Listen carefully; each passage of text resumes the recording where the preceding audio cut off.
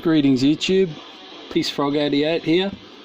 Decided to do an unboxing / review of this super sexy box set, Arch Enemy 96 to 2017. I love it so much, and yeah, I figured I'd show it off. I haven't seen too many unboxings of it online, a couple, but I wanted to do my own. First of all, we got this awesome front cover, new take on the classic logo. I really like it. It's cool. On the spine, stands out on the shelf, gorgeous. On the back, we got that track list. It's got everything, and I love this disc and Shout, cover of the Tears for Fears song. Super psyched about that. As you can see, mine is number 1015 of 2500. The spine, oh, that's nice. Opens up like so. 1996 to 2017. And I love how the tops of the records come together and make the logo there. It's pretty cool. Alright, let's start with the booklet.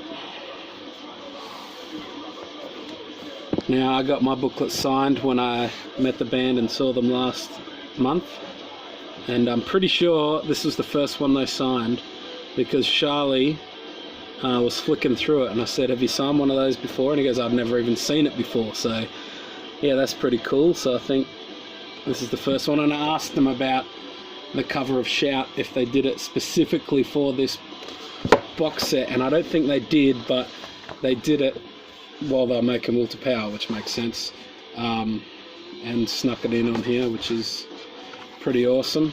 Yeah, fantastic booklet. Got all your info and liner notes, and although I did notice a mistake in it, and I'm pretty sure it's a mistake, I could be mistaken, but on the liner notes for the new album Will to Power, it says reason to believe, lyrics by Elisa white-gluz, and I'm fairly certain Michael wrote those. Correct me if I'm wrong, but I think that's an error. But yeah, psyched to have gotten mine signed. Arch Enemy! Alright. Well, I might just put that back in there for now, actually. So, we'll start at the beginning. Arch Enemy Black Earth, first album, with Johan on vocals. I will say, as much as I prefer this cover to the original, I wish they'd put the original on it. It just would have felt more, I don't know, complete, I guess. I don't know, yeah, I'm not complaining, but if I was in charge, I would have given it the original cover. But yeah, I love the focus. And it says 1996, Arch Enemy Black Earth. Now, I just got the black vinyl version, which is fine. I prefer black vinyl anyway. The label. I love how they're in the polylined bags. All albums should come in polylined bags, in my opinion, because they're just fucking better. Protect your records more. Actually, I might put it in there like that for as we go. That's smart thinking, Froggy. Alright, next. Black Earth, one of my favourite albums, probably top 3, with War Eternal and Doomsday Machine, but I love all of them. Next is the unforgettable Stigmata. Now, I'm happy they chose this cover, but they could have chosen the other one. I'm honestly not sure which is the original. I think the other one's the original. I'm not sure, it's in the booklet, but I prefer this one. 1998, of course. Love that back cover too. This is a killer album. Not as good as Black Earth in my opinion, but still pretty good. There's that bit of glare. There you go. Again with Johan on vocals. And the labels.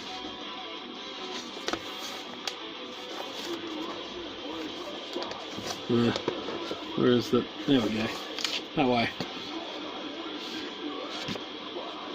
Now, I do listen to my albums, Haven't listened to all of these yet, as I've just been busy.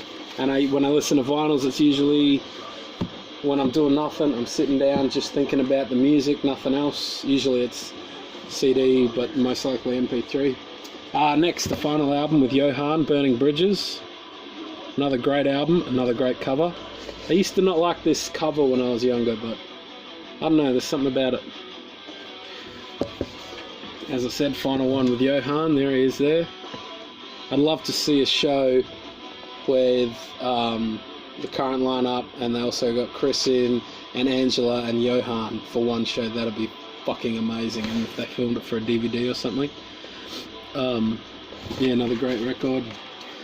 Like, none of these have inner sleeves, or like pictured inner sleeves, which is fine, I guess, but they're not identical to the original versions, which I suppose they were never advertised as, but I guess I was kind of expecting it.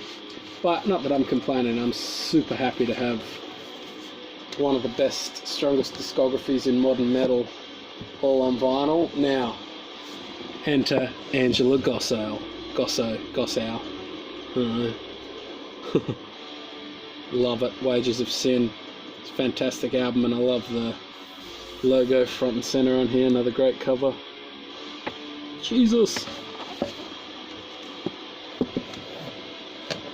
What a fucking killer intro to the band for us. Like, every first album with a new singer is killer.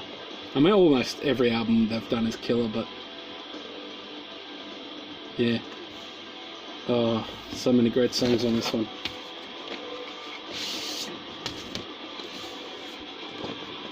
Ravenous. Good stuff, good stuff. Next one is Anthems of Rebellion, which was actually the first I ever became aware of Arch Enemy in 2003, as I'm sure a lot of people were, with the We Will Rise, but actually I was 15 at the time. Scared the shit out of me. Thought it was too heavy for me at the time. I only listened to like Guns N' Roses and stuff, but since gone back, and this is one of my favourites of theirs. A fantastic album. Cover, not 100% fan of the cover of this album. I mean, I get it, it's just a little, I don't know, like, who is this human? I have no idea, and I don't care. But a fucking phenomenal album, in my opinion. So glad to have this on vinyl. I'd love to have an original press of all these, actually. And there's the label. That way. Side A. Yeah, I've only got War Eternal and Will to Power first presses, as well as the live albums, but I would love to get, well, not Burning Bridges 99, anyway, I'd love to get everything original press, become a full-on Arch Enemy collector, because they've been one of my favourite bands for a while, but they've really been, you know, especially since seeing them live and meeting them, I just think they're phenomenal. Doomsday Machine, this is my favourite fucking Arch Enemy album. Pretty easily my favourite, I guess.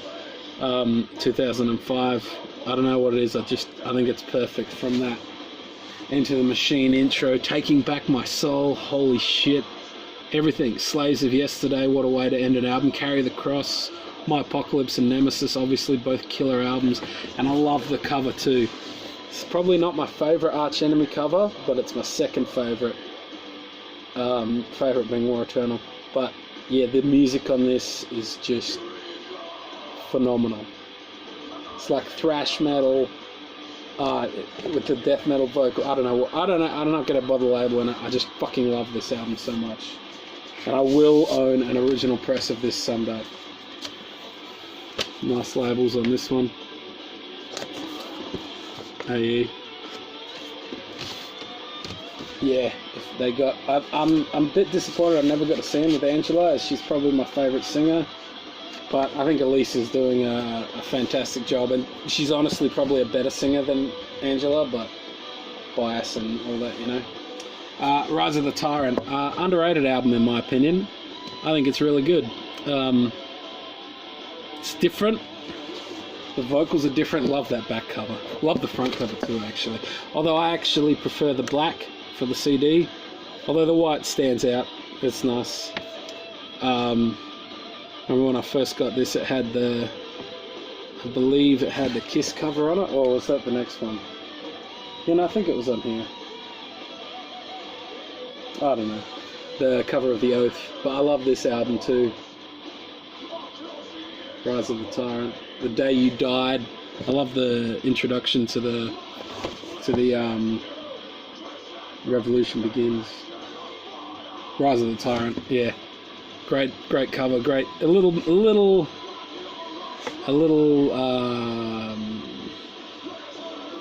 I don't know, on the nose with the Anarchy stuff. Not as much as the next album, but musically phenomenal. Rise of the Tyrant, 2007 was that one. Next we've got what is possibly the weakest link in Arch Enemy's canon, but still a good album. Love the cover, love the music. Chaos Legions, obviously, from 2011. But this is, the lyrics aren't that great. The music's good, but not overly good. Bloodstained Cross is fucking incredible. I don't know, yeah, I do like the album, but it's probably my 10th favourite Arch Enemy album. But yeah, good stuff. Now, obviously, I'm sure most people know that was Angela's last album with the band. And enter Elisa white-gluz. Now, I remember I was worried when she was announced as a singer, because I'm not a fan of Elisa's old band, The Agonist, at all. Whatever, they're fine, I guess, but I don't like them. It's not my style of music at all, and I don't really like her clean singing. She kind of sounds off-key. I don't know. But this album, second favourite, followed by directly behind Doomsday Machine. And this is my favourite album cover. I don't know what it is. It speaks to me, which is very rare. People say that, and I always think it's bullshit. But this, I don't know what it is. I could just spend hours looking at this cover and just having all different thoughts and opinions as to what it all means. None of which I'll share now, because I'm probably wrong and you'll make fun of me. But yeah, this was the first... I actually got into the band not long before this came out, and this album was the first I was excited about, you know, they're releasing a new album. Like I said, even though I was worried, but with singles and that, I quelled my fears. But yeah, I think Elisa's definitely a good fit for the band. Phenomenal album. The colour printing of this version seems a little different to the original press, which I have a few original presses of this one, but yeah, it's still pretty fantastic. I love that it's side A and side B. I thought it was side A and side E. Pretty sure it is on the original. Side A, side B. Huh. Just let me check something really quick. Nah, screw it. Doesn't matter. I'm fairly certain on the original it's side A and side E. Could be wrong, but I'm pretty sure I'm not. Obviously, gatefold on the original, and I think the original Chaos Legions was 2 LP. I don't have it. I intend to one day, though. And that brings us up to last year's fantastic Will to Power. Now, this album doesn't get as much love as I think it should. I mean, everyone loved War Eternal. That was huge. But this one, a lot of people seem to have just forgotten it, which I think is a shame, because it's a really good album. Love Set Flames to the Night as the intro of the race. Some heavy stuff on here. Blood in the Water. The lyrics on The Eagle Flies Alone and The World Is Yours are maybe a bit on the nose, a bit, you know, angsty teen, but Elisa's lyrics are fantastic. Reason to Believe is the controversial track, I guess, but I think it's phenomenal. I was worried when I heard Elisa was going to be doing clean vocals on Arch Enemy, but I don't know whether it's the production or what, but she sounds great on Reason to Believe. Like, seriously fantastic, and I hope they continue to do that. Not too much, but continue to do a bit of that in the future, because it suits their music, especially with the balladier songs. Yeah, but her clean singing on this sounds much, much better than her clean singing in The Agonist. I just hope that her upcoming solo album is more like this than the Agonist, but we'll see. But that's just my opinion. I mean, maybe some people prefer it on the Agonist and didn't like this, or like both, or hate both, or whatever. To each their own. Finally is the double gatefold Covers and Rarities album, which I think is fantastic. Look at that cover. That's like almost like an Iron Maiden album cover, isn't it? It's pretty gnarly. I'm not sure. I thought there was maybe parts from every Arch Enemy album in there, but I don't know. Maybe I need to stare at it more to find it, because that would have been a good idea, you know, if they'd incorporated elements from every Arch Enemy album cover onto there. I'm not sure if they did or not, but great track list on this one. As like I said, the Tears for Fears cover, which, by the way, is fucking phenomenal. I think it's the best cover they've done, up there with Shadow on the Wall is great, The Oath is great, the Book of Heavy Metal is great. Oh, most of them are great. My favourite song on here is probably Losing Faith, Lament of a Mortal Soul, and Shout, though. But yeah, obviously this one's a nice gatefold. Oh, isn't that gorgeous? Can't fit it all in frame, but you get the idea. Yeah, this is my first like unboxing / review, so it's not going to be the best quality side A. Side B, all the labels are the same, so I won't bother showing you all of them. But I always like, when I watch unboxing videos, I'm like, oh, you should do it better, and now I'm like, I get why they're not always 100% professionally done. But I'm doing the best I can, and there's another look at the signed booklet. I also got the Will to Power album signed, and a poster. I was lucky, I got 3 things signed. It was good, when you're only supposed to get 2. Just wait 1 minute. As a little bonus, I just want to have a look at some things. Alright, here we have the original press of War Eternal, sorry. Yeah, look at that. Side A, Side E. I knew it. I wonder why they changed that for the box set. And obviously the original is a lovely gatefold, some awesome art, which is the same art that's in the windows in the front. Yeah, I thought that was the case. Anyway, I just figured I'd take the opportunity to show off the Will to Power album. I got signed by the band last month when I saw them. Looks awesome. I would have liked it if it was signed in gold, but I was nervous as hell meeting one of my favourite bands, so I didn't want to say anything. Whew. And I was also lucky enough to score a set list for the show. Just psyched after all the concerts I've been to. This is the first set list I've ever caught. Well, not caught, but got. I didn't get any picks or drumsticks, which is a bit of a bummer, but I think this is better than both of those, to be honest. So yeah, pretty fucking happy with that. Yeah, so that's my, I guess I'll give some final thoughts on the box set. I love it. Had never been more excited to get a box set than that one since probably Kill 'Em All and Ride the Lightning deluxe boxes by Metallica. But this one possibly a little more, because it's everything. Well, not quite though. That if we come down to issues I have with the box set. One, like I said, I wish they'd used the original cover for Black Earth. Would have been good if the Root of All Evil was in there. I mean, I understand why it wasn't, kinda, but it would have been good. And obviously the live albums aren't needed, but it would have been nice. But yeah, overall I think it's a fantastic box set, and obviously a must for any Arch Enemy fans who love listening to their music on vinyl, and obviously a must because it's got Shout on it. I don't know if the covers and B-sides will eventually be released standalone on CD or something, or Shout will be released somewhere else. It'd be good if it was, but you never know. A little dusty. yeah, I guess that'll be it. Thanks for watching, and go fuck yourself.